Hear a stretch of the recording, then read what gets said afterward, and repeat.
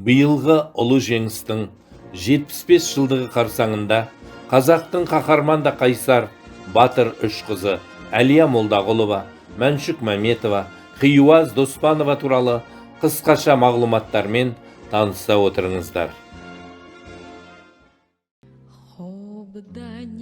Жаратылысы нәзік болса да, қайсарлық көзсіз ерлік бойынан табылған Әлия мен Мәншүктің есімі бүгінде ел есінде.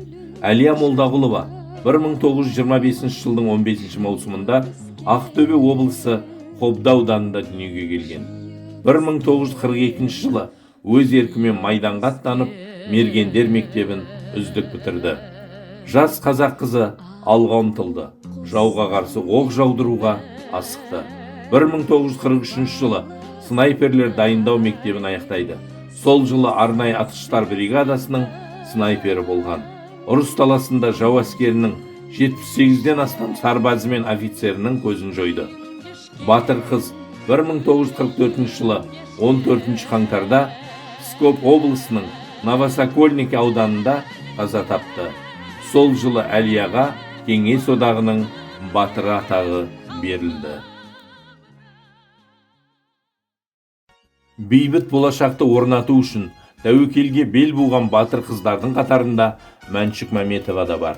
Ол 1922 жылы Орал облысында дүниеге келген. Алматы медициналық институтында оқып жүрген кезінде соғыс басталды. Сол жерден әскерге өзі сұранып барды. 1942 жылдың тамыз айында Қызыл армия қатарына алынды. Мәншүк жаспын деп соғыс жолын жатырқамады. Бар арманы қалайда жеңіске жету еді. 1943 жылдың 15 қазанында Псков облысының Невель қаласын азат ету үшін қан төгіс соғысы басталды.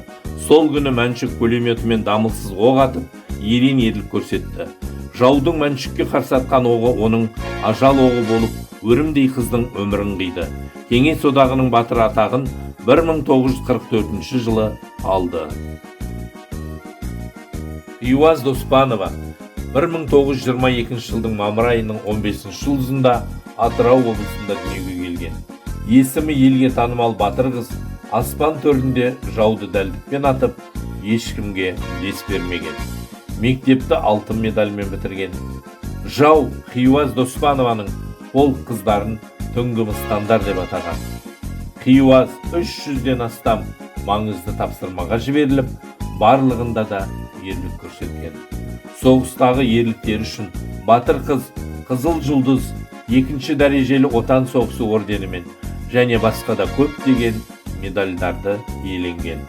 Әскери атағы аға лейтенант шеніне дейін өседі. 2004 жылы Қазақстан Республикасы халық қаһарманы атағымен марапатталды. Хиуаз Доспанова 2008 жылы 86 жасында дүниеден озды. Отан үшін деп қан майданға аттанған ару қыздардың артында аңыз болып ерліктері қалды. Ұлы отан соғысында қайсар да батыр ер азаматтарымызбен қатар осындай қыздарымыздың арқасында еліміз жеңіске жетті. Биылғы ұлы жеңістің 75 жылдығы құтты болсын.